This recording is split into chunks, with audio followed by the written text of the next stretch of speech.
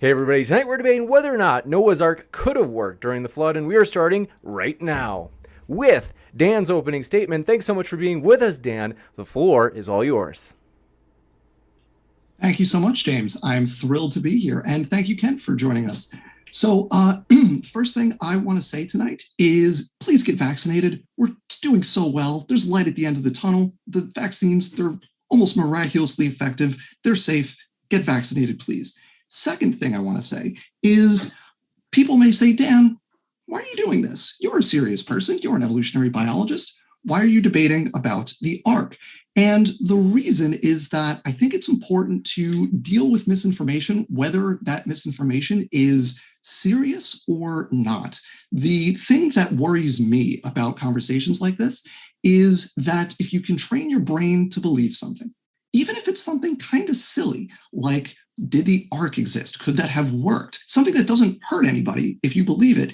The problem is if you can train your brain to believe something like that, that is obviously silly, then you're short-circuiting, you're training your brain to short-circuit like your BS detectors, right? So it makes you more susceptible. It makes people more likely to believe things like that vaccines are a conspiracy or COVID isn't real or something like that, right? And those beliefs do actual harm when they propagate. So that's why I'm doing this. It's the point is to address misinformation as a whole because we want to cut off that thought process that makes people susceptible to misinformation. So getting into it, there are some things that are so obvious they shouldn't be up for debate. Things we should all be able to agree on because they're so obviously the case. Things like Black Lives Matter. Things like that sex is not a binary. These things are obvious. Things like vaccines being safe and effective. And I'm not just talking about the COVID vaccine. I'm talking about vaccines in general. And that brings us to our topic for tonight. So I'm going to just take a quick second here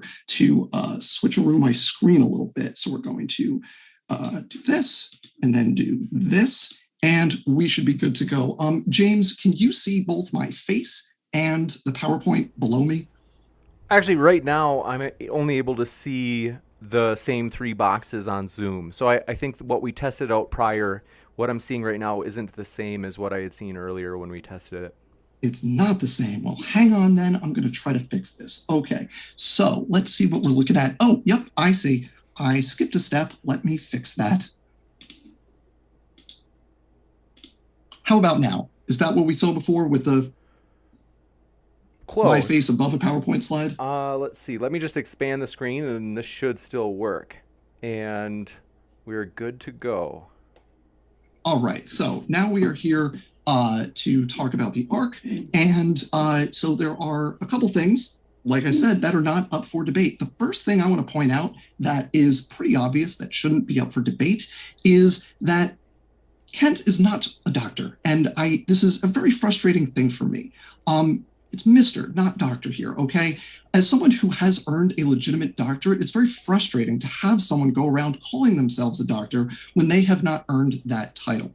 Now, unlike real dissertations, you can't find Kent's online in general, but you can find a leaked copy floating around out there, and it starts with, "Hello, my name is Kent Hovind." And if you think I'm kidding, I'm not. Here's a screenshot of the first line of the introduction. So I want to be very clear about this because there are lots of creationists who are actual credentialed scientists. People like Dr. Nathaniel Jeanson, Dr. John Sanford, Dr. Rob Carter, Dr. James Carter, Dr. Georgia Purdom, Dr. Michael Behe, Dr. Jonathan Sarfati, Dr. Kevin Anderson. These are people that have legitimate technical degrees. They have doctorates in whatever field. Mr. Hovind does not, and it's frankly rude to the rest of the, not just me, but like everybody that has earned a legitimate degree to go along with Mr. Hovind when he insists on being called doctor. So that's the first thing that should be obvious that we can all agree on. The second thing is that the Ark didn't happen. And we know it didn't happen for a few very simple reasons. One is that it was too big to work as a wooden boat. This is the Wyoming. It's the largest wooden boat that has ever been built. It was 450 feet from tip to tip, but the actual deck was 350 feet. Now, what happened to the Wyoming? It sunk in heavy seas, I believe off the coast of New England. And the reason for that is because it's made of wood, it would flex and that would cause it to leak, and it wasn't ultimately seaworthy. Now, the ark, depending on how you measure a cubit, if you go by the long cubit definition, was between 525 and 624 feet, or if you go by the standard 18-inch cubit, it was 450 feet from end to end. Obviously, the ark is not feasible as a wooden ship of that size, especially in heavy seas, which I would think a global catastrophic flood would have involved some heavy seas. So right away, the ark just can't work. But we also have another problem to contend with. We have to deal with the heat associated with the flood. Creationists have calculated the heat would be equal to 300 trillion 1 megaton hydrogen bombs. That's from Walt Brown in 2015. Now, even if 90% of that heat somehow dissipates, which it couldn't do, but let's just assume 99% of that heat dissipates, that still leaves the residual heat of 14 H bombs per cubic kilometer of ocean. Obviously, a wooden boat would be unable to survive in this environment. So on those grounds alone, the size of a wooden vessel and the heat associated with the flood, the ark could not work, period. That's the end. But there are other problems. And because I'm a genetics guy, I'm going to take a couple minutes here because I'm almost out of time. I'm going to take just a couple minutes to talk about genetic diversity. All humans supposedly came from 3 mating pairs after the ark. That's a problem for creationists because some human genes have over 1,000 variants, and many creationists claim that virtually all extant genetic variation is due to recombination. That's from Nathaniel Jeanson and many others. There's not enough time to generate all the existing variation through recombination. One example of this is the ABO blood group. This is the gene that controls your blood type. Let's round to 1,000 variants to be nice, but it's significantly more than that. But let's pretend it's only 1,000. And we'll unrealistically pretend that every time you do a recombination, you get 2 brand new versions of that gene. That means starting from between 1 and 6, you need about 500 recombination events to get all the variation we see in this gene. Well, it's about 1 recombination event per chromosome per generation. The ABO gene is only about 1/5,600th of its chromosome. It's located on chromosome 9. So you need 2.8 million recombination events to get all the variants of that gene. And this is the whole chromosome, most of that chromosome is not genes. So recombination being less likely in genes, and specifically within exons, the protein coding part, that makes the problem worse. At 20 years per generation and about 4,400 years since the flood, you only have 220 generations. And remember, it's just 1 recombination per generation per lineage, which would require over 12,000 distinct lineages from the ark. And remember, we're starting with 3 mating pairs. So the math simply does not work.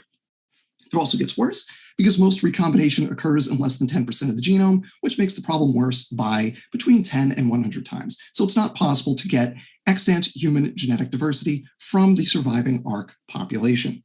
The last thing I'll say is that you also have a problem with speciation rates. Cats are a great example. Between the flood and Abraham, you need to generate about 150 species of cats. You only have 300 years in there to do that. And you also have an ice age in the middle, which cuts out about 100 years. This is true for lots of different groups. We know that because of hieroglyphics. So the conclusion is that you can't get this rapid rate of speciation following the flood in the amount of time you need, but creationists like Kent must explain that rapid speciation within the biblical time frame. It's simply not possible. I'm just about at my time, so here's my conclusion. Mr. Hovind has not earned a doctorate. We shouldn't call him doctor. The ark would not work. It's too big, and it would be destroyed by all the heat. And the implications from the ark are impossible in terms of human genetics and speciation rates. Thank you. Thank you very much for that opening statement, Dan. We will kick it over to Kent for his opening statement as well. Want to let you know, folks, if it's your first time here at Modern Day Debate, we are thrilled about this upcoming debate on Saturday. Namely, Christian apologist and scholar Kenny Rhodes will be taking on atheist debater Matt Dillahunty on whether or not there is good evidence for God. You don't want to miss it, folks, so be sure to hit that subscribe button if you haven't already, as well as that notification bell, so you don't miss out on that epic debate. With that, thanks so much, Kent. The floor is all yours for your opening statement. Well, thank you so much. I read about Dan in 2 Peter quite a few years ago. I'll put your name in there, Dan. Let's see. The Bible clearly teaches that God made everything. The creation was about 6,000 years ago. This is what the book says. Now, whether you choose to believe it or not is a different story. The Bible clearly teaches there was a worldwide flood. There are over 1,000 flood legends been found around the world. Something happened to destroy the world with a flood. Jesus came about 2,000 years ago, and here we are today. All of human history fits into about 6,000 years, according to the scripture. The Bible says clearly in the 10 Commandments in Exodus 20, in 6 days, the Lord made heaven and earth, the sea, and all that in them is. The Bible, at least, is claiming that God made it in 6 days. Same thing in Exodus 31. In 6 days, the Lord made heaven and earth. So in the beginning, God created the heaven and the earth. That's what it says, the very first verse. I've chosen to believe that. Dan obviously has chosen not to believe that. But we were told in 2 Peter, right where I'm going to put your name here, Dan, knowing this first, that there shall come in the last days scoffers working at Princeton University. Walking after their own lust and saying, where is the promise of his coming? For since the fathers fell asleep, all things continue as they were. That's uniformitarianism, which I'm sure you believe in, from the beginning of the creation. For this they willingly are ignorant of. Willingly ignorant. In the Hebrew, that means dumb on purpose. They're willingly ignorant of 3 things. Number 1, that by the word of God, the heavens were of old. There are 3 heavens mentioned in the Bible: the heaven where the birds fly, the heaven where the stars are, and the heaven where God lives. Heavens is plural. And the earth standing out of the water and in the water, whereby the world that then was, being overflowed with water, perished. The scoffers, like you, Dan, are ignorant of the flood. It was completely the world was overflown by water. There's enough water out there in the oceans right now to cover the earth, 8,800 feet deep, 1.5 miles, everywhere, if you smoothed out the planet. The Bible says at the end of the flood, in Psalm 104, the mountains arose, the valleys sank down, and the water rushed off. The ocean basins are still here from the Noah's flood. We cover all that on my video series. Okay, and they're also ignorant of the day of judgment that is coming. So the scoffers we were warned would come in the last days would be ignorant of the creation, ignorant of the flood, and ignorant of the coming judgment of God. Creation, the flood, and the end of the world, I cover in my books and series I've done. Jesus believed in Noah. He said in Matthew 24, Matthew 24, verse 36, that day and hour knoweth no man, no, not the angels, but as in the days of Noah were, so also were the coming of the Son of Man. You can read the scriptures for yourself, but your position is, which is fine. You can take any position you want, and you can teach whatever you want. However, you need to understand you are clearly going against what Jesus said, and I'm sure you know that. The book of Isaiah talks about the waters of Noah. As the waters of Noah, so have I sworn that the waters of Noah should no more go over the earth. So God, talking through Isaiah, believed in Noah. By faith, Noah was warned of God in Hebrews 11, and he prepared an ark. The Bible clearly says he prepared an ark. So Jesus said that the creation of Adam was the beginning. Mark 10:6, Matthew 19:4. And so this guy on National Pornographic says, no human being has ever seen a live dinosaur. You can't possibly know such a thing. I believe dinosaurs always lived with man. They were created in the 6 days with everything else. Noah took them on the ark, probably babies. And so Adam must have seen dinosaurs. Look, we cover this on my video number. I didn't get all my video series. Okay, so you mentioned I don't have a doctorate. This is what's called an ad hominem attack, Dan. I have 3 earned and 1 honorary doctorate. I'm welcome to. I don't insist. Do I ever insist anybody call me doctor? No. Never. Here's my staff right here in front of me. You can call me whatever you want. Call me Bubba. Call me Hey You. Now, I'll challenge you to do this, Dan. I'll give you $500 if you will have me come in by Skype and teach 1 hour in your class at Rutgers University. I'll pay you $500 to let me answer questions and talk to the students. If they don't interrupt too much, I want an hour. And explain to the students the creation view. You're making fun of the Bible at taxpayer expense. I think we ought to get a chance to defend it just a little bit. But the creation was 6,000 years ago, and then there was a flood. Before the flood came, according to the Bible at least, the people lived to be 900 years old. And there are hundreds, I don't know how many legends now, nearly 1,000 legends have been found of a time when man used to live to be 1,000. It's called the Golden Age. All the ancient people talked about this time. Oh yeah, man used to live to be 1,000. And you can call them all stupid if you'd like, but they did have legends about this. There must be a reason for some kind of legend like that. John 1, in the beginning was the Word, and the Word was with God, and the Word was God. That Jesus is claiming to be God. All things were made by him. The Word was made flesh and dwelt among. I apologize for my voice. I've been talking a lot the last couple of days. It's been hot here too. And Jesus claims that he created everything. Jesus is God Almighty in the flesh. And Jesus said, have you not read that he which made them at the beginning, made them male and female? The Bible clearly teaches that the world started off with 2 people, Adam and Eve, says it again in Mark 10:6. So I'm going to go through some of your objections real quickly here. My position is that the flood story is exactly true. You certainly can build a boat that big, and you're worried about flexing and stuff. I cover this. You apparently haven't seen my videos, but Noah's Ark, many people think, had what's called a moon pool. A lot of large ships have that. It's a hole in the floor that goes with a wall up on the inside. And when you go over a wave, the water can go up and down inside the moon pool, which relieves the stress on a longship, acts like a giant piston to pump fresh air in and out, and is a good source of water. If the whole world was fresh water during Noah's flood, which I believe it was, and it slowly has become saltier since the flood, that's not a problem. They would have a fresh water supply, an air circulation supply, and stress relief for a big wooden boat. I also believe that the Noah's Ark has been found in Turkey, right where the Bible says it landed, mountains of Ararat, not on a mountain, in the mountains. If the water's receding, it's unlikely for it to land on a mountain, just like it's hard to bring your knee up under a sponge floating in your bathtub and get it to land on your knee. It'll float off to one side. So the Bible is the Ark is nested between some mountains, in the mountains of Ararat. It's been pretty thoroughly documented. The Turkish government has a visitor center there, and the boat was about 515 feet long, which would be 300 Egyptian cubits, based on the Egyptian cubit, elbow to fingertip. So I do believe the story is true. I believe it would be wrong, almost criminal, to use tax dollars to turn students away from believing the Bible when this country was founded by people who believed the Bible and people who, they weren't all Christians. They certainly weren't all fundamental Baptists like me. But you're saying there was a heat problem. Well, the Bible teaches, again, the scoffers are ignorant of what the creation was like, how the earth was in the water and out of the water. There was a canopy of ice or water, maybe 10 miles up, a few inches thick. The Hebrews have always taught it was 2 to 3 fingers thick, a crystalline canopy above the air. If today's air, which is 60 miles, was squeezed down into, say, 10 miles and covered with a crystalline canopy, the whole earth would be like a greenhouse. Now, when the fountains of the deep break open and the rain begins, the canopy is shattered, and so the atmosphere is expanding. Take a physics class. When air expands, it cools off. Hold on to a can of hairspray and hold the button down. It'll get freezing cold in your hand. When you take compressed air and relieve the pressure, the heat is absorbed. So I don't know why you think there's a heat problem there. I've never heard anybody else say that. That's a new one for me, but you can believe what you want.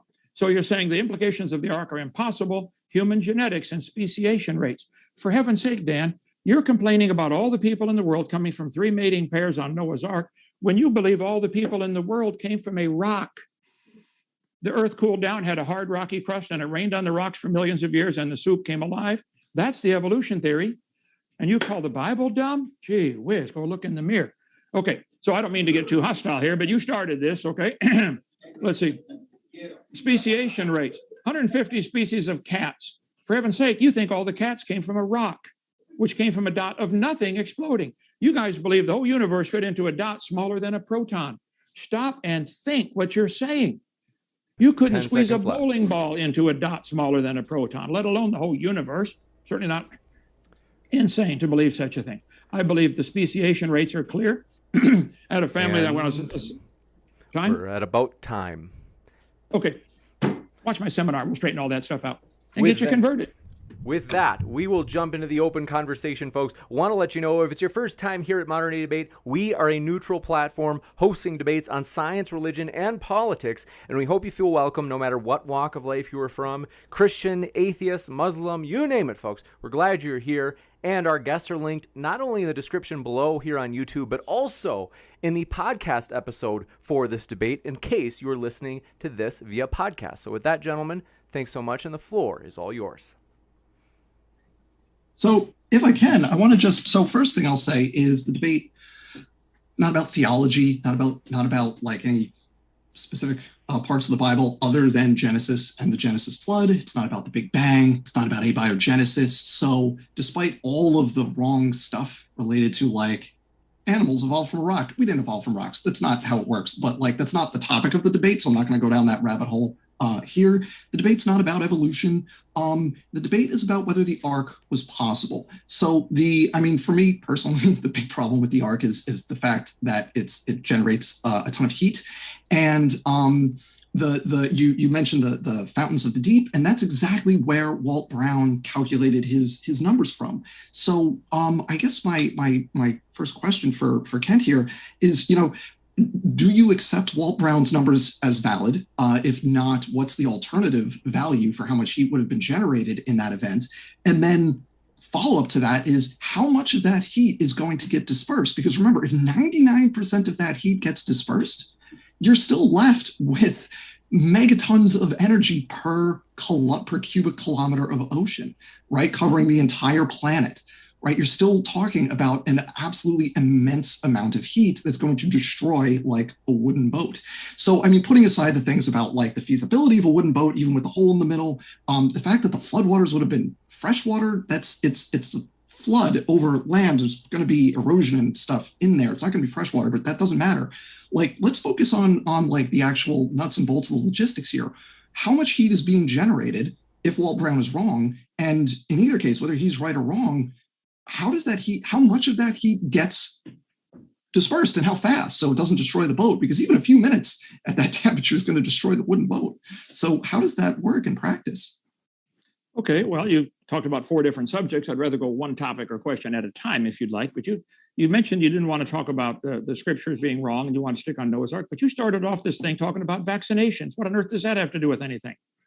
And if vaccines are safe, go get one. If you're protected, why do I have to get one? You're safe, man. Take 2. Take mine. Anyway, that's a different story. So yes, evolution does teach. It does teach the earth cooled down and was a hard, rocky crust, and it rained on the rocks for millions of years and turned them into soup, and in the soup, life got started. You do believe you came from a rock. Yes, you do. You may be embarrassed to show your students that, but I won't be. Have me on your program. Make $500. I'll tell the students about evolution coming from a rock. As far as the Walt Brown, what he believes on the heat, I don't know. I don't care what Walt Brown believes. He's got some great books. I've never met him. I've talked to him a couple of times on the phone, but I'm not in his. I don't work for him. I said very clearly, if you studied any physics, when air expands, it absorbs heat. So you're worried about this 1%, which is a pure fictitious number that you're making up. You're creating a straw man. I didn't make up that number. There's not a heat problem. I didn't make up that number. That's from creationists, and Walt Brown is not the only one to identify a heat problem here. You also have the rate team that identified a heat problem associated with accelerated nuclear decay, which most creationists agree. And I would love to hear if you agree with this, that to make the radiometric dating work for a young Earth timeline, you need accelerated nuclear decay. That also is going to generate an immense amount of heat in addition to the heat generated by the flood. So in addition to all those 1 megaton H-bombs, you have all the other heat from the accelerated radioactive decay. The rate team themselves, and again, this is not me, this is me quoting the rate team, the team that was trying to figure this out, like it's a genuine young Earth research group. And they acknowledged that when it comes to the heat from radioactive accelerated nuclear decay, that you need, and the direct quote, exotic solutions to prevent that heat from destroying everything on the planet, essentially, which is to say you need miracles to do it. And if you want to invoke miracles for this to work, that's fine. But like, I want to jump in here just because so far we've talked about a lot of stuff. We haven't talked a lot about the Ark. So the topic is actually whether or not the Ark could work in a global flood. And so I do want to redirect us to those types of objections. Well, I would point out there's enormous historical records from a variety of cultures talking about a family saved in a boat. People that have nothing to do with Christianity have legends of an ark. There are many, many hundreds of those that have been discovered. Certainly, the idea of the earth being destroyed by water is, I think, pretty obvious to anybody that studies geology. There was a flood on this planet. I live in the middle of Lenox, Alabama, in a former gravel pit where we have 7 layers of gravel, sand, clay, gravel, sand, clay. These gravel layers that they dug out of here go all the way to North Carolina and all the way to North Tennessee and South Florida. There are tens of thousands of square miles of gravel, and they are rounded off, indicating they were tumbled like a rock tumbler. Noah's flood, if Noah was in the ark, like the Bible says, and the water's being pulled up and down with a tidal movement of as it spins under the moon. Right now, the tide in Pensacola, Florida, where I lived for years, is up and down about 5 feet because it gets interrupted. It bangs into something called Florida. But if there were no continent sticking through the water, people have studied this, it's pretty obvious. If the earth were completely covered in water and the surface were smoother, the uninterrupted tide would become harmonic, and it would be a 200-foot tidal change every 6 hours, 12 and a half minutes. So if the water came up 200 feet, in 6 hours, 12 and a half minutes, the water has to be pulled in from the side by moon's gravity at the same speed the earth is turning. Well, at my latitude in Lenox, Alabama, 31 degrees above the equator, we're turning almost 900 miles an hour toward the east.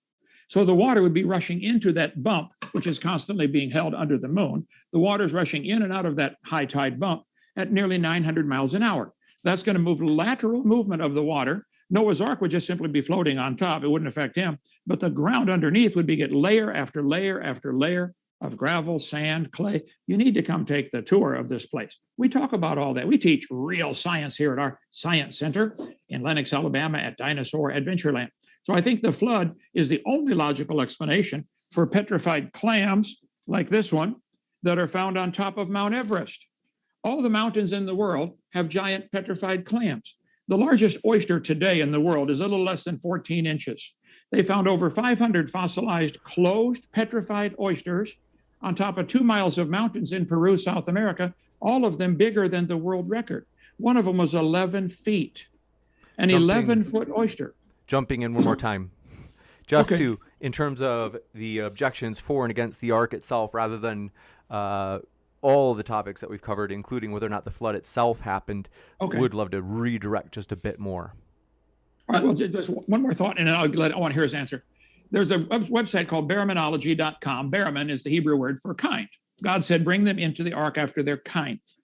And he only had to bring those on land. Fish didn't have to go. They had plenty of water outside. And only those with nostrils. It means insects don't have to go. They could survive on floating log mats and floating carcasses. So they've decided there's about 8,000 kinds of animals in the world. From those 8,000 basic kinds, you could develop millions of species. There are 350 recognized breeds of dogs, and they probably had a common ancestor called a dog. But to get all that that does not indicate dogs and bananas are related, which is what you believe, I'm sure, if you go back far enough in time. Because after all, you drew a line on paper connecting them, so they got to be related. So I think the Ark could easily hold 8,000 mating pairs of animals if Noah brought babies. That'd be common sense to bring babies of everything. They live longer after the flood's over to produce more offspring. That's why you're bringing them. They're smaller. They got less poop to shovel. They got less food to eat. It's common sense. And Noah was 600 years old. He'd be smart enough to figure that out. Don't get big elephants. Get babies. So I believe the story is very reasonable. And I believe from 8,000, pairs of animals on the ark, if that's the right number, it's probably close. We could easily generate all the millions of varieties we have today. Gotcha. We'll jump over to Dan. So a couple quick corrections that I know are off topic, but I want everyone in the audience to just understand. The clams were bigger in the past because the atmospheric oxygen was higher in the past. So many different types of animals could be larger tens of millions of years ago. So that's why, for example, you have like spiders and other arthropods that are much bigger in the past compared to now. It's because you have more oxygen, so they could more efficiently get oxygen through their bodies so they could sustain more mass. Going back to the flood and the ark and whether this could, and one more thing, it's a lot of those so-called clams, they're actually not clams. They're things called brachiopods, and they're slightly different morphology from clams. So it's just, it doesn't matter for what we're talking about with the ark, but it's just a point of order. So going back to the flood, I would love to know what the maximum temperature is that a wooden boat could survive sustainably, because we're talking 40 days and 40 nights of rain and then a subsequent flood for, that lasted in total a year. So the fountains of the deep are going to eject. You have the atmosphere supposedly expanding this ice shell, and that's going to disperse the heat. But as Walt Brown demonstrated, even with dispersing most of that heat, you're still left with a lot of heat. The calculations vary from somewhere between 1 and 10,000 degrees Celsius to well over 10,000 degrees Celsius, like sustained temperature. So what I would like to know is, one, does Kent disagree with the implications of this fountains of the deep idea in terms of the heat that would have been generated? Because we're basically talking about global worldwide volcanic eruptions. So one, do you disagree with that? In terms of the also have to talk about the ark, which is what I'm getting, James, I promise you, because the question is about about the ark's, a wooden boat's ability to survive the heat, especially because it would have been, not just wood is flammable, but also it would have been sealed with things like pitch and animal fat, which also combust. So if you have all this heat, why isn't the ark bursting into flames? So what I'm asking Kent is, what's the temperature that would have been generated, and what is the temperature that a giant wooden boat could survive? And the answer is thousands of degrees Celsius, and it couldn't survive. And that's why the ark couldn't work. So I told you I would bring it back around, I promise. Okay, well, Dan, you are absolutely correct. If the temperature was thousands of degrees Celsius, the ark would not survive. There's the problem. Did you know if you ate an entire elephant, you would get a bellyache? I'm making up a stupid example to show you how stupid yours is. You don't know that it was thousands of degrees Celsius, that you're stuck on this one problem of a heat problem. It's not true. The Bible talked about you in 2 Peter chapter 3. The scoffers would be willingly ignorant of how the word of God, by the word of God, the heavens were of old. Now watch this. And the earth standing out of the water and in the water. There used to be a lot more water in the crust of the earth. Most of what's now in the oceans was in the crust, submerged. Most of the land during the creation most of the earth was land. God created it to be inhabited. Today, only 3% of the world is habitable. A whole bunch of it's under deserts and ice caps and water, etc. So what we see today is the devastated results of that Noah's flood. And if the fountains of the deep broke open, like the Bible says, and the water came shooting up, that's where most of the flood water came from. That would allow the crust of the earth to sink in 100 feet or so, whatever water was displaced underneath. Now the earth would speed up just a hair in its spin, which is why most ancient cultures have a 360-day year. And today we have 365.2422.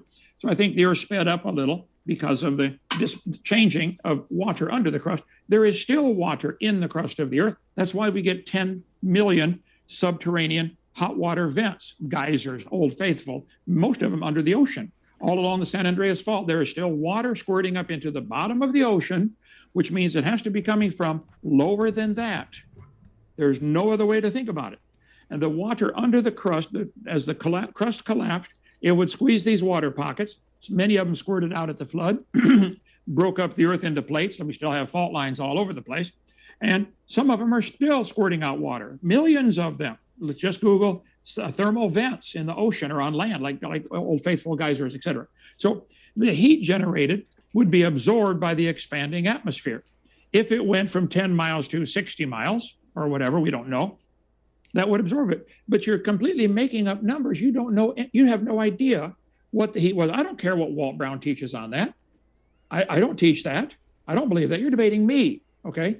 You're the one who believes you came from a rock and believe all the animals couldn't fit on Noah's Ark, and yet they could all fit in a dot, smaller than a period on a page. You got a problem, but I'll be glad to help you. Come on, go ahead. So again, came from a rock, not true, but like not relevant also. So I'm trying to keep this focused on your position here. I'm having trouble clarifying it because I've given you a couple of examples of what creationists have said about the heat associated with the flood. But I would love to know, I would love to know what you think the temperature was during the flood. And if you think that having essentially geysers all over the world appreciably increased the temperature of the planet, what was the temperature? I'm trying to get at what that temperature was. Fair enough. I think it was 72 degrees Fahrenheit. It was 72 degrees. So the world is, just to be clear, the world is covered in geysers sufficient to cover the entire planet. Hold it. I cannot hear you. What now? I was saying, I'm sorry. So the world covered in geysers, essentially sufficient, more powerful than any geysers that exist on Earth today, essentially volcanoes, but shooting water into the atmosphere. And the world was covered in these water volcanoes, and the temperature stayed 72 degrees Fahrenheit. That's the position. It might have got up to 73 in a few spots, but about 72, yeah. Okay.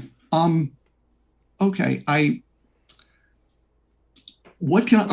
honestly speechless that would not change the temperature of the planet, because we're talking about physics, right? So if we inject a bunch of hot water into the atmosphere, but that doesn't change the temperature of the atmosphere, I want to be very clear that that's the position.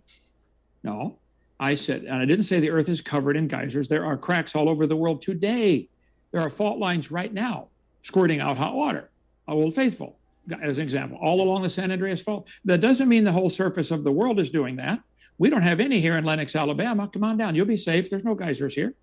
The world is huge, okay? Nearly 8,000 miles in diameter, nearly 25,000 miles around. It's huge. Yes, I believe there were fountains of the deep coming up, and the crust of the earth would settle back into the void as the water underneath came up. But you get all kinds of physics going on. I need to talk to Walt Brown. I don't know where he gets his numbers from, and neither do you. But you're making up a number. Again, if you eat an elephant, you will get a bellyache. I can promise you that. Go ahead. Does the crust moving generate heat as well? Because that would have to be much faster than modern plate tectonics, and that generates heat from the friction. So would that also be a source of heat? Yeah, they had an earthquake in San Francisco in the early 1900s, and the earth moved quite a ways, and we didn't feel a thing in Illinois. Right, but this would have been essentially a global earthquake, where it would have been the entire crust settling down as the water left from underneath it. It would have been much larger distance than your typical earthquakes today, than any earthquakes today, and it would have been much more rapid. And so would that generate more heat to get the planet above 73 degrees Celsius, or would it stay within that nice room temperature range? Well, yeah, a few latitudes it got up to 74, but it was generally 72. Okay, would have gotten up to 74 now. Okay.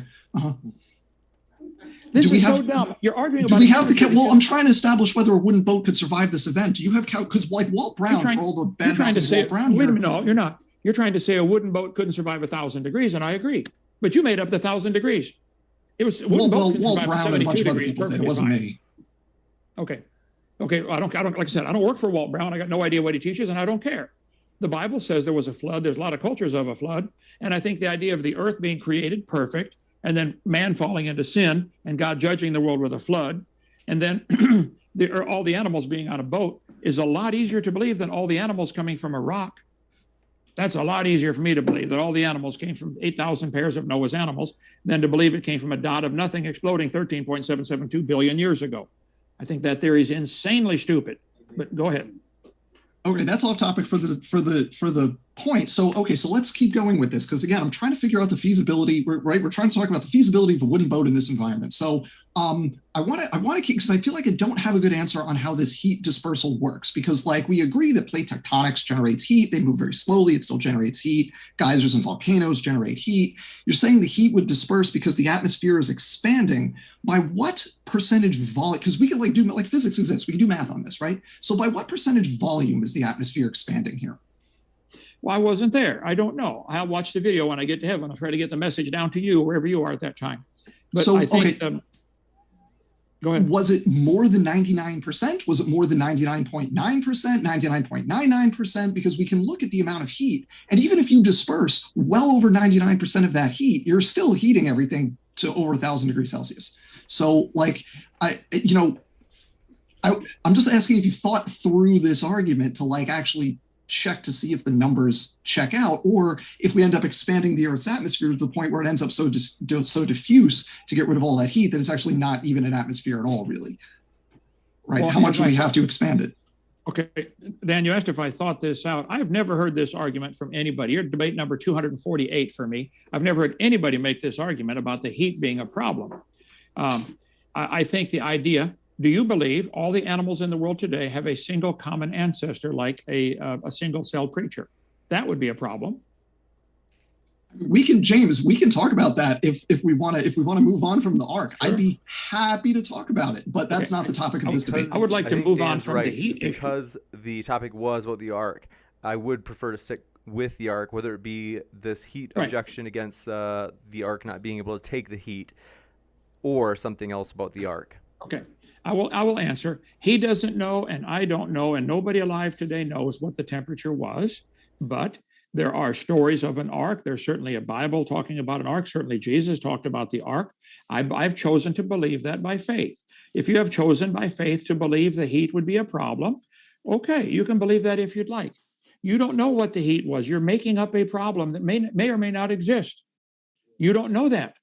You're a scoffer. You don't want to believe this book for some other reason, but the book clearly teaches there was an ark, and it's certainly feasible for all the animals. And the Bible doesn't say Noah had to bring the animals. The Bible says they came to him.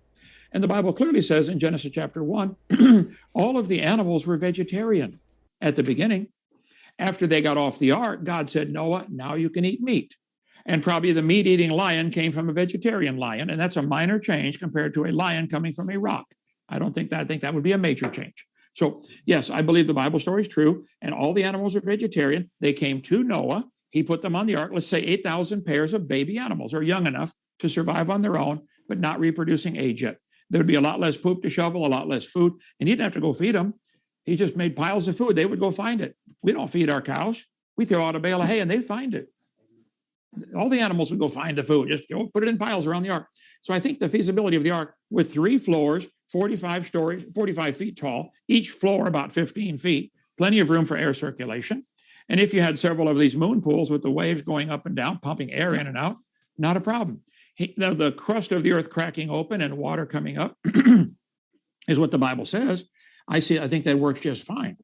And I think we see loads of evidence of all these layers being formed very rapidly. All over the world, there are petrified trees standing up, running through all the layers that you guys claim are different ages. Noah's flood and the Ark story is the perfect answer for that one. The water going up and down with the tide going up and down 200 feet would mean it's rushing in and out sideways. Google experiments in stratification, where the guy in Colorado did at the Navy stratification tank and showed that sideways moving water makes 10 or 12 layers at the same time. So you can get a fossil on top that's actually older than a fossil at the bottom because they're forming downstream, not vertical. It's horizontal. So the flood story fits all the evidence that I can see. Go ahead. Any other objections that you have, Dan, toward the Ark? So I actually do have additional Ark objections. So we'll move on from the heat problem. Kent said, you know what? I believe that this was not a problem because of faith. Say, fine, believe whatever you want because of faith. I'm not going to fault anybody for that. Let's move on from the heat problem. The other big problem that I want to hang out on for a little bit is the feasibility of a wooden boat in terms of its stability and its seaworthiness in a global flood. Because as I talked about, the Wyoming was smaller than the Ark. This is a modern boat. This was built in the early 1900s with modern shipbuilding techniques. It even had a steam engine to get rid of water that was sneaking through the cracks, even though it was sealed using modern techniques, not ancient techniques, which are far less reliable in terms of sealing the hull against leakage. The Ark was bigger. Even with moon pools, the Ark is going to flex. Now, Kent described this as just bobbing up and down in the waves, but that's not entirely what's going to be happening because we've established that the crust essentially collapsed inwards as the result of the water rushing outwards. So in addition to the tidal fluctuations and the water rushing outwards, creating unpredictable currents, you also have what are essentially a bunch of earthquake-generated tsunamis. Tsunamis are not just waves going up and down, they're actually water moving, right? So you have water, that's like if you watch the videos of tsunamis when they crash onto land, it's not just a wave, right? It's actually a volume of water that is moving from the ocean onto the land. So this is actually water moving, it's currents, it's not just waves bobbing up and down. Now this boat, because it's so large, is going to be subject to different forces at opposite ends. No number of moon pools is going to prevent the torsion and flexion that is going to be the result of these conflicting forces in this global flood, which again, I want to emphasize, are going to be the equivalent of tsunamis more powerful than any earthquake that we have witnessed in the history of humanity. So how is a wooden boat going to survive in that environment when the largest, best constructed wooden boat modern humans have ever made couldn't deal with a storm off the coast of New England, and not a particularly bad one? Okay, very simple. The tsunami in Japan, when I was living in Pensacola, we happened to be down at the beach with my family when the tsunami hit Japan. It was huge. We didn't feel a thing in Pensacola. So when the tsunamis were happening in the world, the Ark was someplace else. That's it. Just the Ark was someplace else. There was worldwide, the crust collapsed inward, which generates worldwide.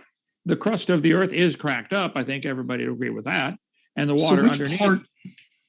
So where was the Ark and where were the earthquakes? Where was the part that cracked inwards? The Ark was in the places where the earthquakes weren't. Mm-hmm. I see. And it also hit waves side on rather than front on, so you didn't have end over end flexing. It was always oriented such that the waves only hit the side, so it didn't flex. That's a fair question. There's been the research on the vessel that they found over there in Turkey and said the Ark had giant rocks hanging over the side called drogue stones. Noah's Ark wasn't designed to go anywhere. It wasn't an ocean-going vessel. It was just a float.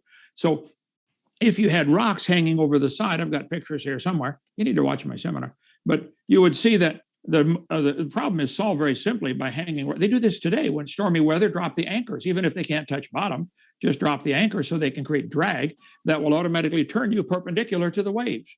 In stormy weather, if you have what are called drogue stones, it'll turn you perpendicular to the waves and you hit them head on instead of side on. Not a problem at all. I got pictures of that in here somewhere, but we're going to so many different topics here. This is just flood and boat. This is only one topic. Sure. And you would rather not believe the story than even try to answer any of these questions. You're not asking questions. You're stating your point, trying to make it look ridiculous. And just like I do about y'all came from a rock. I can show you right from the books. That's what you teach. Okay? I mean, it's a debate. That's the point. Well, yeah. Let's debate that next time. I'll come to your class. I'll fly to Princeton. I'll debate your Rutgers. I'll debate. I appreciate the promotion. Yeah. Okay. So let me see if I understand this correctly, because these stones, and I'm genuinely trying to understand this position. So these stones, you said they turn the boat so that it's going to hit the waves head on instead of side on. Is that correct? Just Google drogue stones, DROGUE. The purpose, ask any Navy officer, real stormy weather, drop the anchors, let them drag in the ocean. The wind automatically turns you perpendicular to the waves because you got something dragging behind you. Right, so you're perpendicular to the waves, great. So a boat that's 450 feet long, what happens when there is a wave at the bow? It doesn't really have a bow and a stern, but let's pretend it has a front and a back. It doesn't really, but let's just for simplicity to illustrate the point. So there's a wave at one end, right? It lifts up that one end, right? Now the other end is going to be down. So that's going to cause, because it's a wooden boat, and wood is a flexible material. That's largely what makes it such a good building material for seagoing vessels, is that it flexes rather than breaks. The problem is you get too big and the flexing over the length of the whole vessel is too much. So if a wave lifts up one end of it, it's not rigid like a metal ship would be, right? It's going to flex, and you're going to have water is going to be able to get in along the length of that. So I'm just trying to work out the logistics of how they deal with that, because I mean, is the answer that it doesn't flex? Because it's a wooden boat. Wooden boats flex, even little ones. Well, God told Noah how to build it. Noah was nearly 600, or he was 600 years old and went on board. I bet he was smarter than you and me put together. So he probably followed God's instructions. But here I found the part of my seminar with my 18,000 slides. The Turkish government has labeled the spot Noah Ungumshi, which means Noah's big boat, 5 kilometers this way. Bible says the ark rested in the mountains, plural, of Ararat. There are 4 theories about what happened to it. Maybe it rotted. Maybe they took it apart and reused the lumber. Maybe it's still on the mountain, or maybe it's down in the valley. The government of Turkey says it's right in the sides of Mount Ararat. There's Mount Ararat right there. Some people say it's on the mountain. I disagree completely. There was a gorge there. Right there we go. That's the photograph from Life magazine, September 5th, 1960. They said, wow, what is this? When they went to analyze it, they said, this is a wooden boat. And the mud flow from the volcano quite a ways away, the heat generated, melted the snow, created a mud flow. Mud flowed around it. Wow. In 1978, there was an earthquake, and whatever this shape was, either it came up or the ground went down. It's hard to tell. Nobody saw it. But it's now sticking up out of the ground. And that is apparently what's left of Noah's Ark. Right there. It is the right shape, 515 feet long. Ron Wyatt was a good friend of mine. He died. But he said the ark has collapsed and splayed out to the side. Radar scans showed beams and timbers inside, subsurface radar. The ark is a collapsed wooden boat from 4,000 years ago. It was held together by iron rivets. I'm sure the drogue stones here. It was 3 layers of wood, like plywood, only 5 inches thick. Pretty strong plywood. There's a piece of it right there. You can go to Wyatt Museum in Tennessee if you want to see all the evidence about it. So it had apparently a ballast at the bottom to hold it upright so it doesn't roll over, filled with rocks. That was ripped off and is up near the mountain as the ark slid down, who knows when, but it would have this keel back to that would hold the rocks. But technically, theoretically, not as much, though interesting, and we've had that debate before on whether or not the ark is out there somewhere, going back to the feasibility more so of whether or not the ark could work. Well, if the ark has been discovered, that answers the feasibility problem. Here it is. Yeah. There's a visitor center right there. Go to Turkey and see it. So the feasibility, his argument was it could survive the flexing. I'm showing you, I'm trying to get to the place. I think that's a begging the question fallacy. There it is. These are the drogue stones. I forget how many they found now, 9,000-pound stones with holes in the top. Apparently, this was to put a rope through there. Many ships in the Mediterranean do this today. They have rocks hanging over the side. If they get in stormy weather, drop the rocks. And the drogue stones create drag, which will automatically turn you perpendicular to the waves.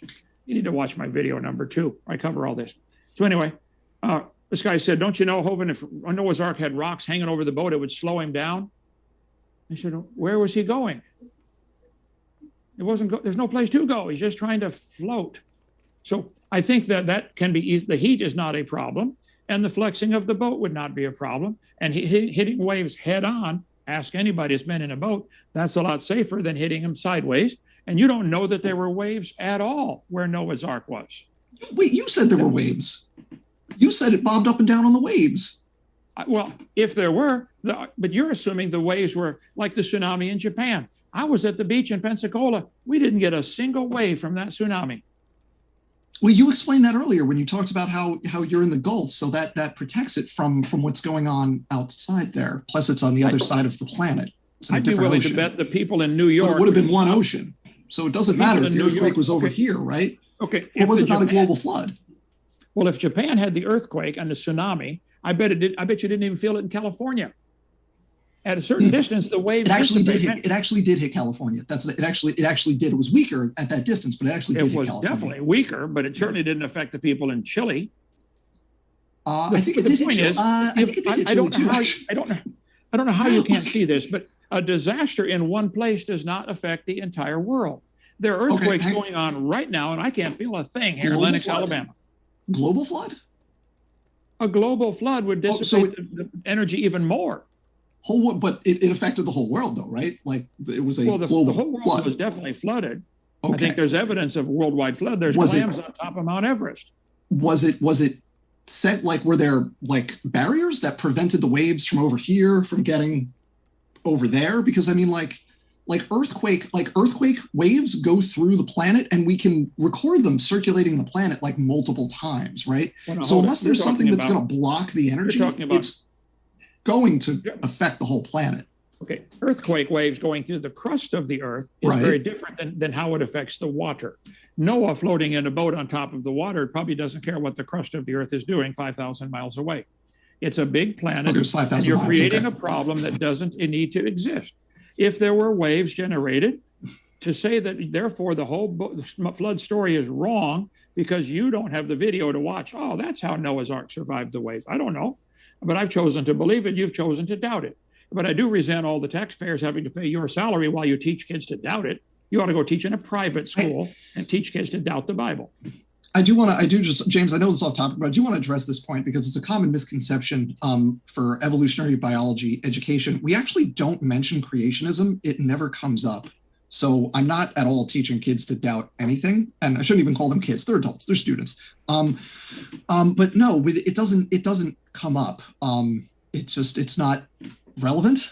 So it never comes up. We talk about the mechanisms of evolutionary change. We talk about different evolutionary pathways. We talk about techniques, like how you can figure stuff out. We talk about how molecular phylogenetics works. We talk about lots of interesting things, but we don't talk about creationism because it's not relevant to the topic in that class. It would be really relevant in like a comparative religion course or something, or philosophy course, but it's not relevant to evolutionary biology, so it never comes up. So I want to make sure that you rest easy knowing that taxpayers, I mean, not you, but taxpayers are actually like not paying for me to tell people that atheism is true, because that's not happening.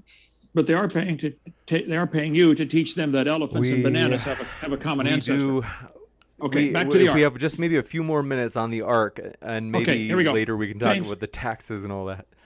I have in front of me the page from the book of Josephus, written about 2,000 years ago at the time of Christ. He was a historian that worked for the Roman army. He's talked about the Armenians call the spot the landing place and show the remains of it to this day. The flood and the Ark are mentioned in Berosus the Chaldean, who writes, a portion of the vessel still survives in Armenia. On the mountains, the people carry off pieces of the bitumen as talismans. Many historians down through the centuries have said, oh, there was a flood and here's the boat, go see it. Now, you mentioned about the boat being too long. Waves going up and down would not be a problem if you had what I called a moon pool.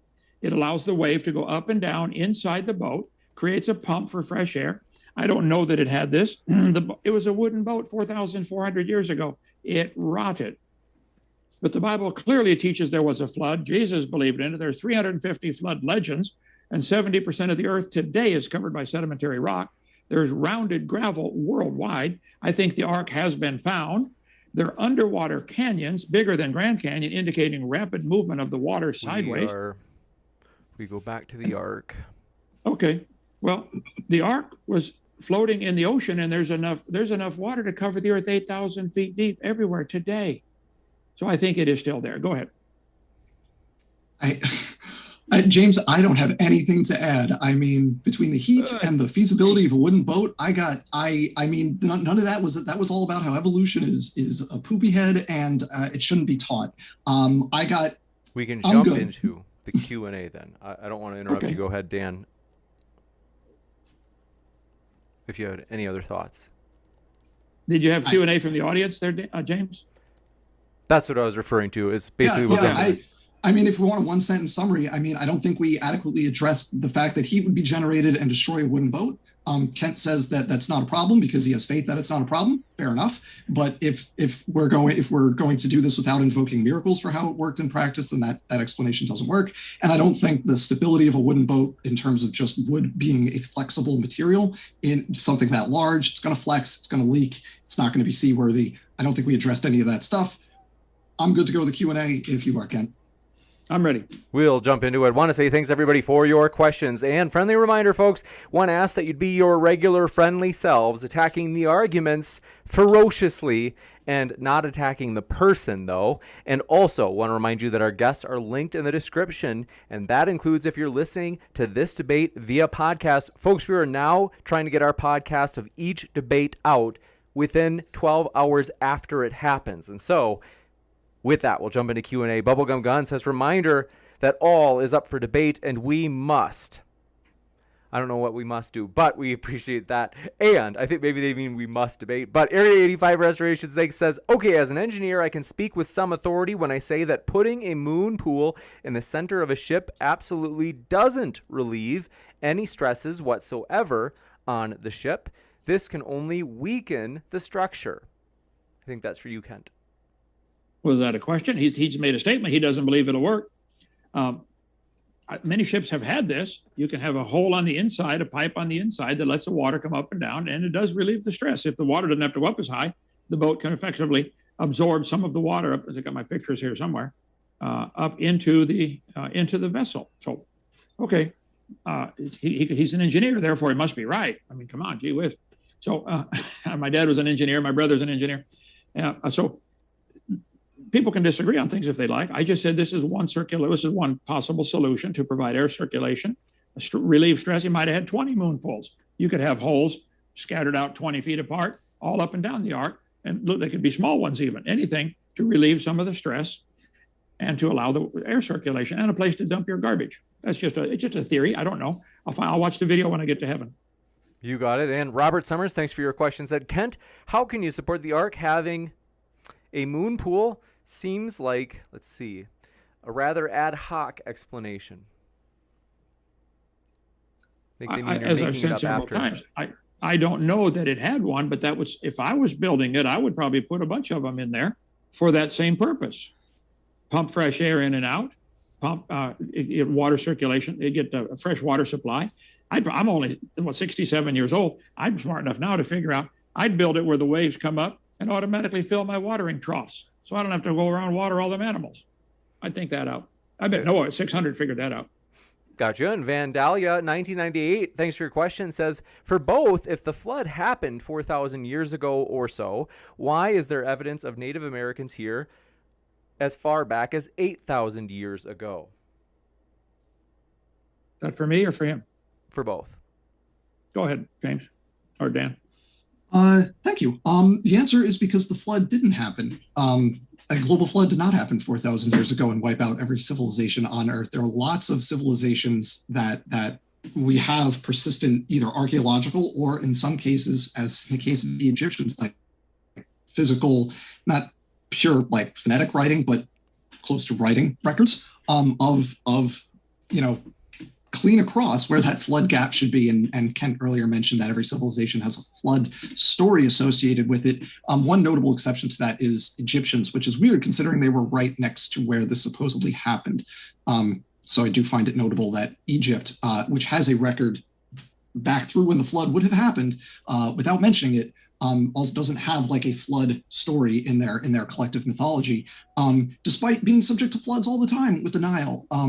It's just so the answer to the question is we have these records going back more than 4,400 years because the global flood did not happen. Well, I disagree. I think the Egyptians are well known for their exaggerations. Like King Pharaoh was the king, or he was the Pharaoh for 300 years when he was actually king for 25 years. They exaggerated everything. They built the giant temples for them to live in. They wanted, him to be the greatest guy ever. So I think you'd be very careful studying. If you study history, you'll see the Egyptians were great at exaggerating. And I don't think there's any civilization that you could prove was here at the time of that flood 4,400 years ago. Some may have had legends told about things before the flood. They bring the legend with them on board the ark and tell the story. There were certainly civilizations here before, called Adam and Eve, and up to the time of Noah. But no, I don't see a problem at all. The Native American legends, how was this preserved? I'd like to see somebody really, a forensic scientist, analyze that and prove it was 8,000 years ago.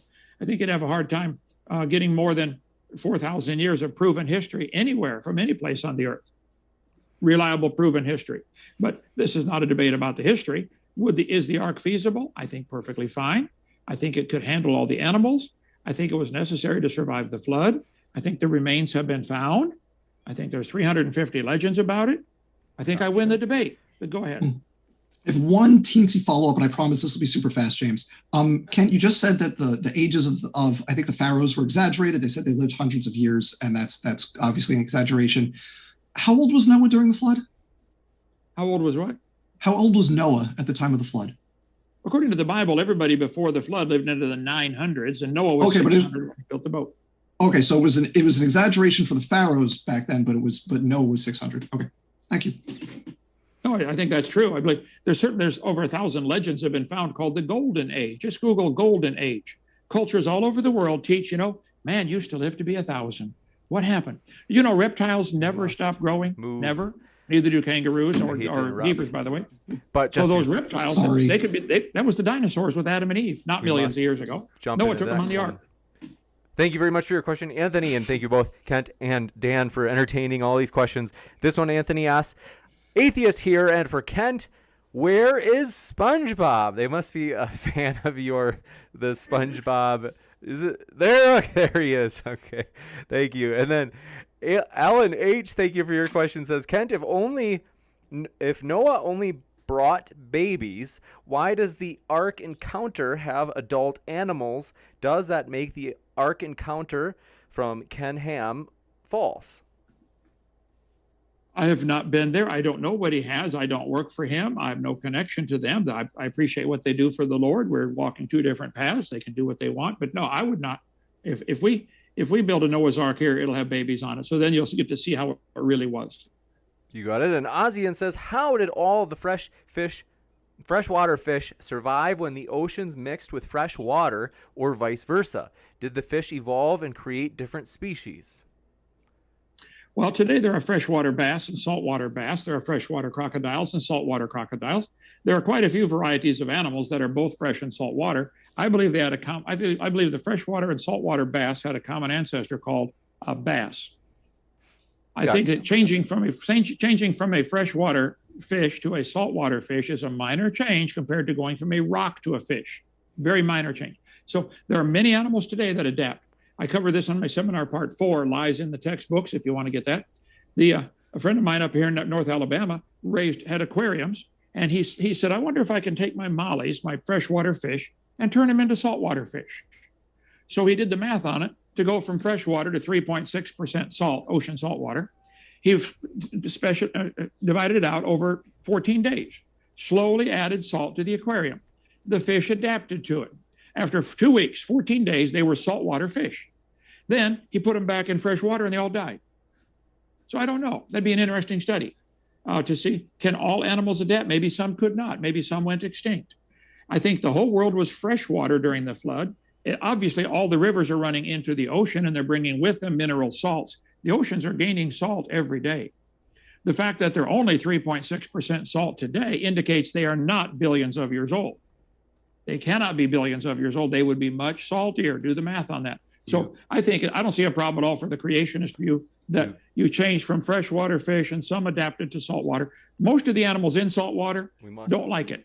They have to get some way to get rid of it. They got to pee it out or put it out through their eyes and salt crystals. It's a nuisance to most of them. They've got to where they couldn't live without it. It's the other way, but whatever. It's the water backwards. I'm sorry, what now? No, it's not relevant. Go ahead, James. You got it. And this question, thank you very much. Ballard827 says, Kent, no one believes that we evolved from rocks, though. They said you've been told this hundreds of times and have never shown a source that says that we believe this. Why do you keep saying it? I am sitting right beside a textbook collection, probably 200 textbooks, biology, earth science, etc. I show many times in my seminar, right from the textbooks, the Big Bang produced all the planets and all the stars.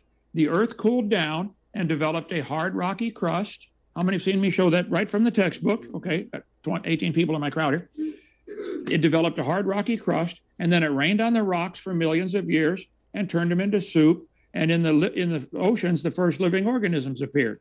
I know it's embarrassing to admit it, but you guys do believe you came from a rock, and you should be really embarrassed. And I'm glad to point it out to you. Go ahead. Amy Newman with this question comment says, midnight after show at my channel. And by the way, Dapper Dino also has an after show, which is linked in the description. We will link anybody's after show no matter what side you're on. Then Amy asked, question for Kent, would you be able to build a boat that would survive a worldwide flood if you were building it yourself?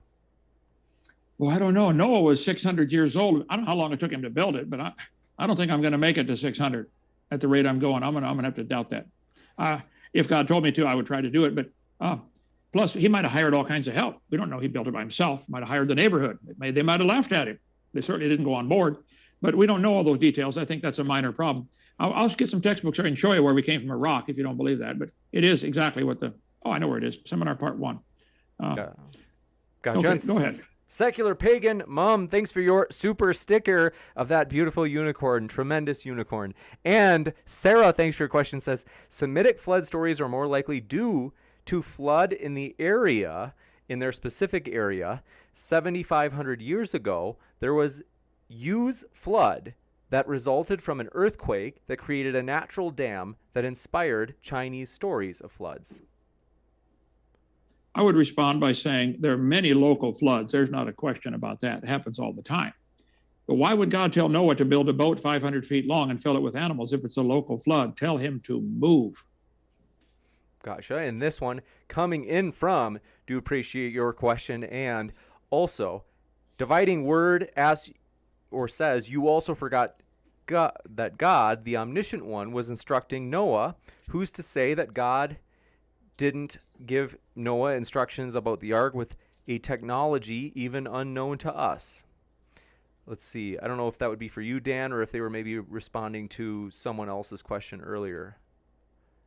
I mean, I'll just say that if we want to invoke God providing some unknown technology that then we subsequently lost after the flood, that's fine, but we can't evaluate that based on evidence we have today. That's an argument based on miracles and divine intervention. Fine. I'm not going to argue against that. If you want to believe that, power to you, but we're not going to find physical evidence to be able to back that up. Gotcha. And this one from Robert Summers. Do appreciate it, Robert. This time they asked, Kent, can you give an answer on how much expansion would be needed to dissipate the heat? You are the teacher, so you can teach me about that, please. I don't know. I taught physical science for years. I'll probably go back and figure out, the thermal expansion, how much heat absorbs. Get a can of hairspray and hold the button down. It'll absorb a lot of heat. It'll freeze your hand if you keep going. So this is a well-studied problem with compression and decompression of air. But let's see, slide number 275. I did find one of the hundreds of references I have, biology textbook right here beside me. Earth is thought to have formed about 4.6 billion years ago, very different from today's Earth. Here's what it might have looked like. The Earth began as a hot ball of rock. Anybody see that on there? Okay. And then it rained on the rocks for 3.9 billion years ago that cooled enough for water vapor to condense. And the Earth was experiencing violent rainstorms. Eventually, the accumulated rainfall formed oceans. In the oceans 3.5 billion years ago, scientists believe the first living organism appeared. Bingo. You came from a rock. I win. Go ahead. Gotcha. And thank you very much for your question. Coming in from D. Watts asks, Kent, how many different quote-unquote kinds of animals do you think were on the ark? I would be guessing, but I would say about 8,000 kinds. I covered this a few nights ago on my YouTube channel, Kent Hovind Official, that Everybody's worried about the species. What about go to the family level? If you go to the class level, you got kingdom, phylum, class, order, family, genus, species. I just went through and looked, how many orders of cats are there? Not species, how many orders? It's only like, I forget, less than 200. So I could call that up if you'd like, but just go watch a couple nights ago, YouTube channel, Kent Hovind Official. So yeah, if there would be only about 8,000 kinds of animals, I'm not sure if the biblical word kind matches our careless lineage classification system, kingdom, phylum, class, order, family, genus, species. At some levels, at some points, the word kind might mean family or class or order. But I think a 4-year-old can tell you that a dog and a coyote are the same kind of animal, and a dog and a banana are not. But you guys believe dogs and bananas have a common ancestor right here. Came from a rock. Look at the textbook. Lion and a hyena. I didn't write it. You should be embarrassed if your textbooks published that.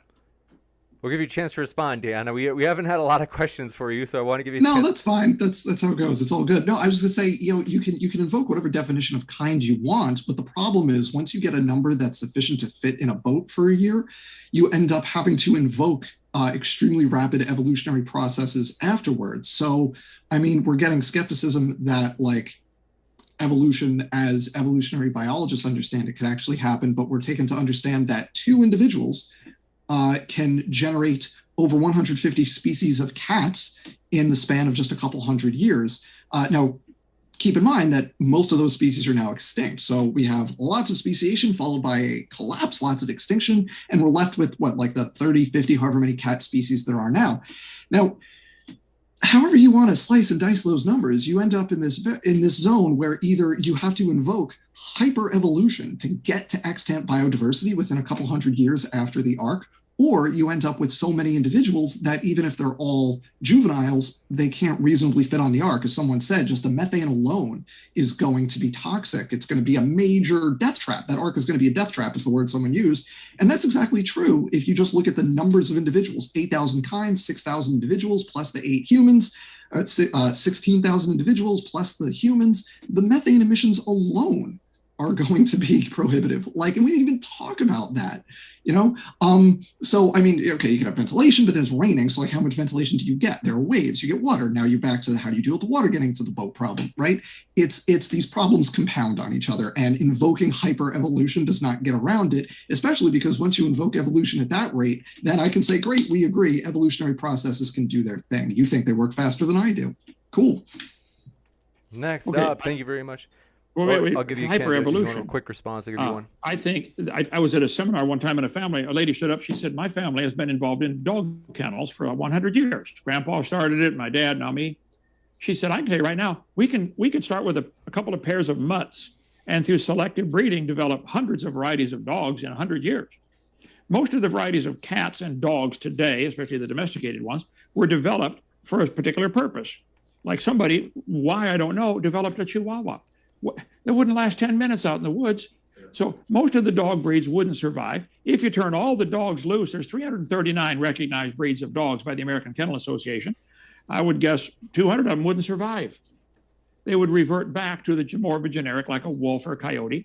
So I don't know how many animals are on the Ark. I'm going to ask God when I get up there, but I think it's going to be embarrassing for you, Dan, Judgment Day, when God's going to say, you doubted my book over that. Gotcha. And thank you very Pascal's much. wager. Drink. Thank you for this question from Mitchell asks, for Dan, can a cardinale, in parentheses, learn to fly by itself? It's a pun. It's a pun. If so, given your nonsensical paradigm. So I'm not sure what the question is, but I do want to say I appreciate the pun. I do want to say that I appreciate the pun, the cardinal. I like the pun. I think, so we could spend an hour talking about the evolution of flight and the different times it's happened among vertebrates and invertebrates. But I mean, the short answer is flight evolves, and we more or less know how that happens. And it's happened 30 times among vertebrates. And fun fact, the only ones that are dinosaurs that could fly are modern birds, because pterosaurs, not dinosaurs, they're the sister group.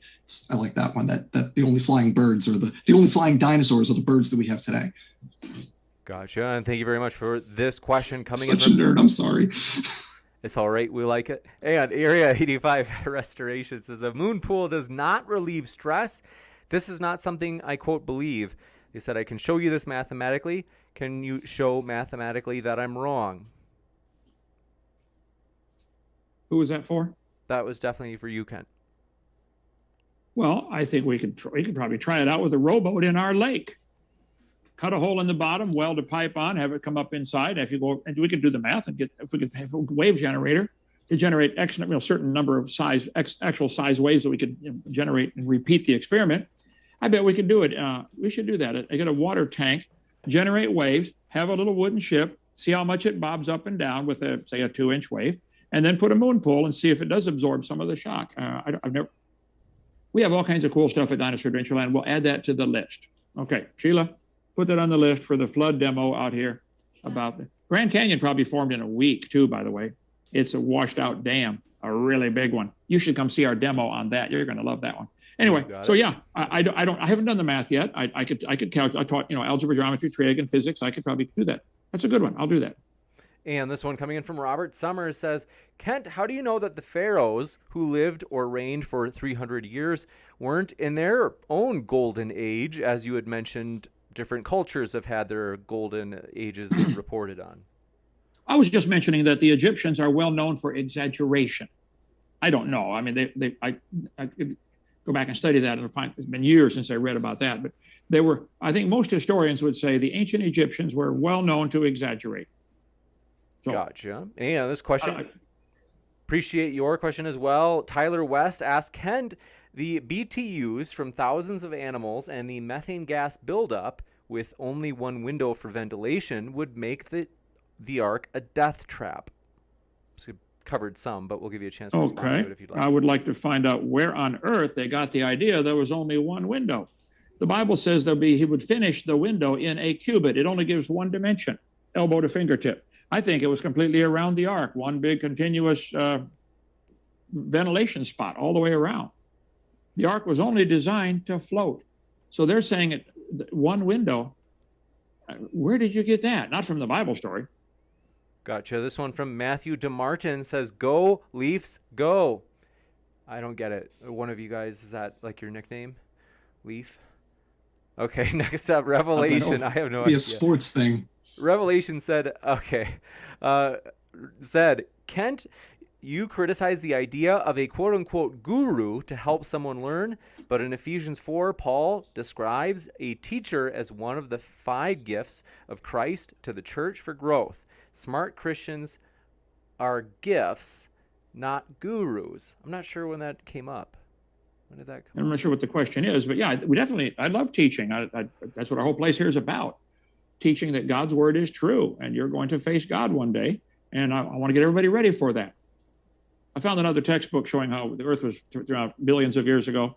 All the matter in the universe was in a dot, smaller than a period on a page. Gotcha. That's a crowded dot. You got it. Nathan R., thanks so much. As more of a comment, they say, you've convinced me, Mr. Hovind. Thank you for all of your work. And this one coming in from Area 85 Restoration says, yes, the textbooks state how the universe and our planet was formed. However, including the Big Bang and planetary formation in the theory of evolution is something you made up, Kent. He said, in reality, it has never included these things. Well, let's see. I downloaded this last year off the internet, theconversation.com. The Earth started out as a ball of very, very hot liquid. The liquid was mostly made of 2 elements, oxygen and silica. How about this one? After a few hundred million years, the temperature of the Earth reached 2,000 degrees. The melting point of iron and Earth's core was formed. Earth formed 4.54 billion years ago. Let's see. And swirling in the waters of the oceans is a bubbling broth of complex chemicals. Progress from a complex chemical soup to a living organism is very slow. I think that whole statement is very stupid. I think what I might have not read it as clearly as I could. I think what they were trying to get at is they were trying to say that the Big Bang and planets forming, that those two things don't fall under the umbrella of evolution, that they are distinct. Well, hold it. Good point. But they are essential for the starting point. What evolved? Where did this first animal come from? Right here, textbook. In the oceans, 3.5 billion years ago, scientists believe the first living organisms appeared. So the first living organisms appeared in the oceans, which came from the hot ball of rock cooling down. Yes, you do believe you came from a rock. And you're welcome to believe that. We think the planets formed from collisions in space and dust rotating around the sun. This is from Berkeley University. After all that crashing released enormous amounts of heat. You want to worry about the heat, Dan. The Earth was so hot from all these collisions that all the rock melted. And the Earth was a hot ball of melted rock orbiting the sun. How did our planet form? From The Guardian. Talks about the Earth being a hot ball of rock. One thing I'd want to jump in. The only reason I want to jump in is I think that they were just asking, for example, like, are there written sources, whether it be The Guardian or Berkeley or wherever the sources are, that describe planetary formation or the Big Bang as falling under the umbrella of evolution? Well, yeah, that's essential. You have to have something. Where did matter come from? Where did time come from? Where did space come from? You can't. They want to start with living material. If you want to leave God out, that's fine. But you don't have a complete theory unless you can explain, where did matter come from? Where did space come from? Where did energy come from? There's a lot of energy in the world. Talk about the heat. Who heated that up? But the textbooks, and I show hundreds of them. Here's NASA, with the government, let's see, and NOAA, Ocean Service. 3.8 billion years ago, the oceans formed, and it was 212 degrees Fahrenheit. Here's from Bath University in, where was that? I was over there. I hate to do it. I got to jump to the next question we got. Okay. James, can I just ask a yes or no? I promise it's a yes or no question. Can I just ask Kent a yes or no question before we move to the next thing? If Kent is. It's a yes or no question. Is that okay? It's have you ever attended a full secular evolution course?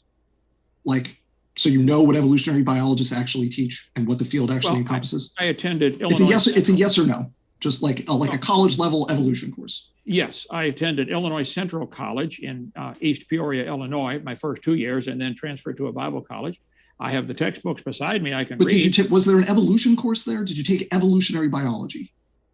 It wasn't by that name that I recall. I have to go back and look. That's a long. I'm 68 years old. It was a long time. Yeah, sure. So it's not modern evolution. So not modern. Okay. Hold it. Thank you. Hold it. Have you ever taken a course on the values of communism? That's what they teach in Russia and China. Have you taken a course on that? Yes or no? No. Okay. No. Think about it for 10 days. You'll come back and say, wow, he's right. But go ahead. Oh, this one coming in from Bubblegum Gun says, Kent, if dinos were on the boat, where are they now? I think, as I cover in my seminar part 3, all about dinosaurs for 2 hours, they were in the Garden of Eden with Adam and Eve. They were big lizards. Lizards never stop growing. Even today, they never stop growing. Our tortoise is 100 and some pounds. He's this big turbo, we call it. He'll never stop growing. Noah took them on the ark, probably babies. After the flood, the conditions were different. Lifespans dropped from 900 to 400 to 200, and today hardly anybody makes it to 100. Something was different. So many of the bigger species couldn't survive. They didn't live long enough to reach reproducing age is one option. And the climate was different. They couldn't survive. Or people hunted them to extinction. There are many legends of people killing dragons. I think it's the same animal. The word dinosaur wasn't made up till 1841 by Richard Owen. So I think they were same animal, dragons, and people killed off most of them. And there probably are some still alive, like in the Congo swamp in Africa. A friend of mine was a missionary there for 42 years. He said, man, when I showed my natives there a picture of what we would call a patasaurus, they said, oh, that's Mokele Mbembe. Don't get close. He's not friendly. They're still alive in that swamp. They're only 20 feet long, but a 20-foot dinosaur is still a dinosaur. And it's a matter, you need to watch my whole video series. We cover all that. drdino.com, DRDINO. Watch video number 3. You can watch it all right there online. Okay. Next up, thank you very much for your question.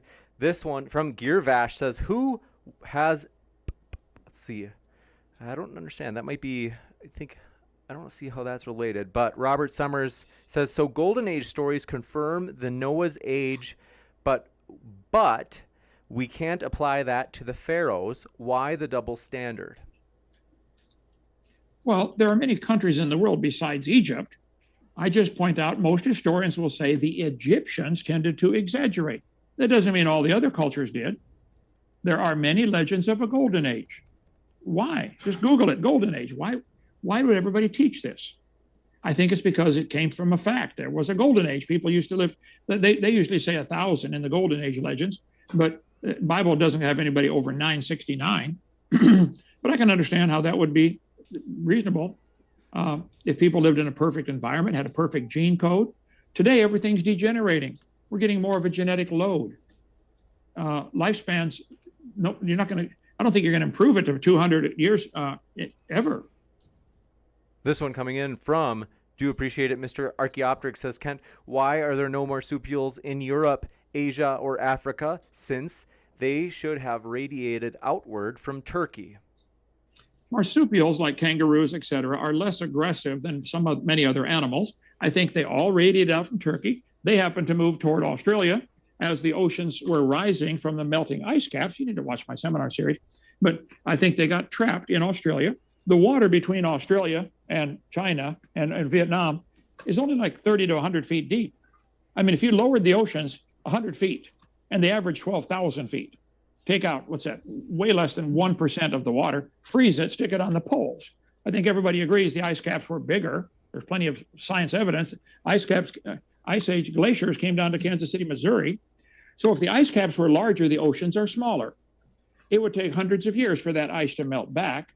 And meanwhile, as the ice melts back, the ocean levels are rising. Meanwhile, the animals are dispersing, and they ended up trapped in Australia by the rising waters. That's where the marsupials are. Could have been someplace else. It happened to be there. So I don't think that's a problem.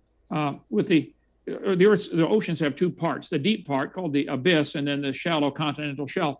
And if you lowered the oceans 1 or 2 or maybe 5% today, nearly all the continents are connected. You could walk anywhere in the world if the continental shelf was exposed. Look at the coast of Florida, how shallow the water is out for 100 miles. So I don't think that's a problem. Marsupials are less aggressive, so the more aggressive animals would tend to drive them off. We go up every day when I take the tour here and feed the donkeys, the horses, and the cows. Those little miniature ponies, all the other animals are scared stiff of those 2 little tiny ponies. They're more aggressive, so they drive off the cows. The cows are twice their size. It's a matter of food availability, climate. Some animals like colder climate, some don't. Polar bears wouldn't survive long in the desert at all. So I think they've adapted to their environment. They've been spread out from the Noah's Ark flood. But the minor problems this person is trying to come up with about the dispersion of animals from Noah's Ark is so minor compared to the dispersion of animals from a rock 4.6 billion years ago. Life on Earth bloomed. There it is, primordial soup, somehow sparked to life, livescience.com. Let me just get in there and say that as far as marsupials go, there's a whole field called biogeography. And if you're interested in marsupial history, for anyone in the audience, you should Google a species called the Virginia opossum. It's a marsupial that lives in North America. And we've mapped the whole biogeographical history of the species. It's really cool how we do it. I encourage everybody to Google it. We actually can reconstruct the history. So just saying, we do have an answer to how this stuff works from evolutionary biology. It's super cool. It's the field of biogeography. Juicy. And this one coming in from, do appreciate it, Raphael says, why show a scallop and call it a clam? I don't remember what that's from. Either of you guys know what that is? Me neither. Question for somebody? I have no idea. But Ian Chen says James James has the perfect gene code. Thank you, Ian. That's funny. And want to say, folks, we do appreciate our guests. They have busy schedules, and we do want to respect the promise we made in terms of keeping our time limits. And so we do want to say thank you so much to our guests, Kent Hovind as well as Dan, and want to also mention, folks, they are linked in the description, and that includes if you're listening via the Modern Day Debate podcast, as this show will, just like all other debates we are working on now, getting onto the podcast within 12 hours of the debate happening. And so with that, I want to say thank you so much, Kent and Dan. It's been a true pleasure to have you with us. Well, thank you. And Dan, $500. Let me speak at your class for 1 hour. Not a religion class, but thank you for the offer. After show on the Dapper Dinosaurs channel. If I'll be hanging out over there if anyone wants to join us in just a little bit. Thank you, James, and thank you, Mr. Hovind. Well, thank you, Dan. And mine's 855 Big Dino. I'm extension 3. I'll take any calls you got.